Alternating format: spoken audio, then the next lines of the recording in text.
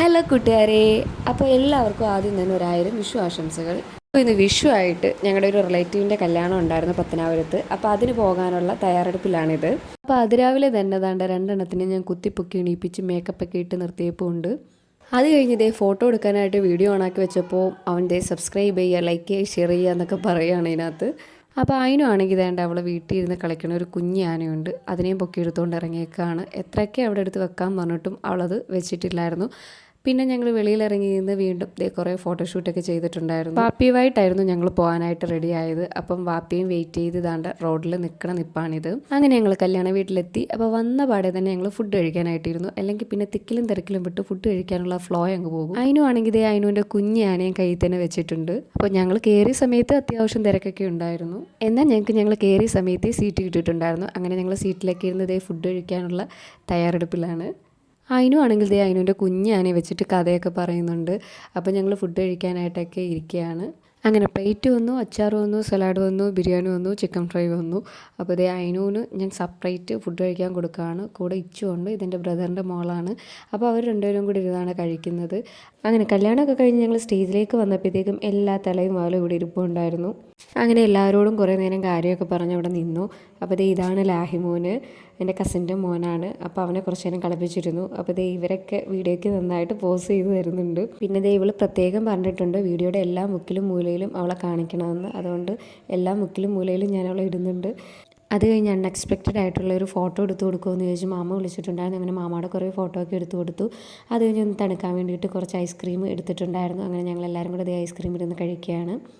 പിന്നെ ഈ കാണുന്ന മുതൽ എന്നെ എവിടെ വെച്ച് കണ്ടാലും സ്നേഹത്തോടെ മാടി വിളിക്കും, വേറൊന്നിനുമല്ല ഫോട്ടോ എടുത്ത് കൊടുക്കാൻ വേണ്ടിയിട്ട്.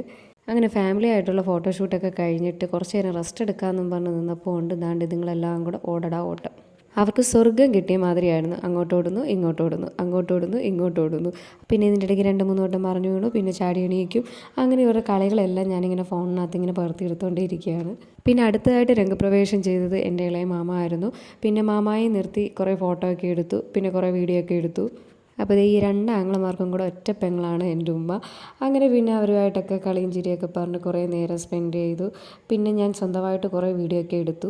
അവസാനമായപ്പോഴത്തേക്കും ബിരിയാണിയൊക്കെ തിന്ന ക്ഷീണത്തിൽ വിയർത്തൊലിച്ച് മേക്കപ്പൊക്കെ ഒലിച്ചു പോയിട്ടുണ്ടായിരുന്നു. ഇനി അടുത്ത പരിപാടി എന്ന് വെച്ച് കഴിഞ്ഞാൽ കല്യാണം കഴിഞ്ഞ് തിരിച്ച് വീട്ടിലേക്ക് പോകാനുള്ള യാത്രയപ്പാണ്. അങ്ങനെ എല്ലാവരോടും യാത്രയൊക്കെ പറഞ്ഞ് ഞങ്ങൾ തിരിച്ച് വീട്ടിലോട്ട് പോകാനായിട്ട് വണ്ടിയിൽ കയറി. അപ്പോഴത്തേക്കും വണ്ടി വിട്ട സന്തോഷത്തിൽ എല്ലാവരും കൂടെ ഉടുപ്പൊക്കെ ഊരിയിട്ടിട്ട് ഇടിയോടിടി. അത് കഴിഞ്ഞ് ഞങ്ങൾ പിന്നീട് പോയത് ഉമ്മയുടെ ഒരു കൂട്ടുകാരിയുടെ വീട്ടിലേക്കായിരുന്നു. അവിടെ കുറച്ച് നേരം സ്പെൻഡ് ചെയ്തു. അത് കഴിഞ്ഞ് അവിടുന്ന് വീണ്ടും ഇറങ്ങി. അപ്പോഴത്തേക്കും ആകാശമൊക്കെ മഴക്കോളം ഉള്ളുന്നുണ്ടായിരുന്നു. നല്ല തണുത്ത കാലാവസ്ഥയായിരുന്നു. അങ്ങനെ മഴയൊക്കെ ഒന്ന് ചാറാൻ തുടങ്ങിയപ്പോഴത്തേക്കും വാപ്പി അടുത്തുള്ള ഒരു ചായക്കട കണ്ടപ്പോൾ അവിടെ കയറി ഉള്ളിവട, പരിപ്പുവട, ഏത്തയ്ക്കാപ്പം എന്നിവയൊക്കെ വാങ്ങിച്ചുകൊണ്ട് വന്നു. ഞങ്ങളങ്ങനെ വണ്ടിക്കകത്തിരുന്ന് അതൊക്കെ ഇരുന്ന് കഴിക്കുകയാണ്. എന്നിട്ടിങ്ങനെ മഴ ആസ്വദിക്കുന്നുണ്ട്. മഴ ചാറ്റൽ മാത്രമേ ഉള്ളൂ. അങ്ങനെ കുറേ നേരത്തെ മഴച്ചാറ്റലിന് ശേഷം മഴ ചറപറാന്ന് പെയ്യാൻ തുടങ്ങി. ഇങ്ങനെ ഇടയ്ക്കിടയ്ക്കൊക്കെ മഴ വന്നും പോയി നിൽക്കുന്നതുകൊണ്ടാണോ എന്നറിയില്ല. അപ്പോഴത്തെ മഴയ്ക്ക് പ്രത്യേക ഒരു ഭംഗിയായിരുന്നു. അല്ലെങ്കിൽ നമ്മൾ യാത്രയൊക്കെ ചെയ്യുമ്പോൾ മഴ പെയ്യുമ്പോൾ ഒരു പ്രത്യേക സുഖമല്ലേ അത് ആസ്വദിച്ച് പോകാനായിട്ട്. അങ്ങനെ മഴയും കണ്ട് കാഴ്ചകളൊക്കെ ആസ്വദിച്ച് ഞങ്ങൾ ഇങ്ങനെ പോവുകയാണ് വീട്ടിലേക്ക്. അപ്പോൾ അതിനാണെങ്കിലും മഴയൊക്കെ പെയ്ത സന്തോഷത്തിൽ ഭയങ്കര എൻജോയ്മെൻ്റാണ്. ഞാനെപ്പോഴും വീഡിയോ എടുക്കുന്നത് കണ്ടുകൊണ്ടാണോ എന്നറിയില്ല. അവൾ മഴ പെയ്തപ്പോഴേ പറഞ്ഞത് മഴ നിങ്ങൾക്ക് ഇഷ്ടമായെങ്കിൽ സബ്സ്ക്രൈബ് ചെയ്യുക എന്നൊക്കെയാണ് കേട്ടോ. അങ്ങനെ ഞങ്ങൾ സൈഡ് സീറ്റിലിരുന്ന് മഴയൊക്കെ ആസ്വദിച്ച് കാര്യമൊക്കെ പറഞ്ഞിട്ട് ഇങ്ങനെ യാത്ര ചെയ്യുകയാണ്. വല്ലാത്തൊരു സുഖമായിരുന്നു കേട്ടോ അതിന്. അങ്ങനെ നമ്മുടെ സ്വന്തം സ്ഥലം, നമ്മുടെ സ്വന്തം കായംകുളം എത്തി.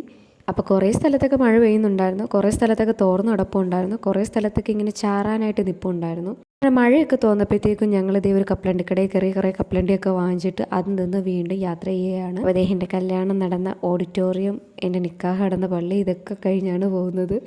അങ്ങനെ ഞങ്ങൾ വീട്ടിലെത്തി ഗോയ്സ്. ഇവിടെ എല്ലാവർക്കും ഇഷ്ടമെങ്കിൽ സപ്പോർട്ട് ചെയ്യുക. Thank you.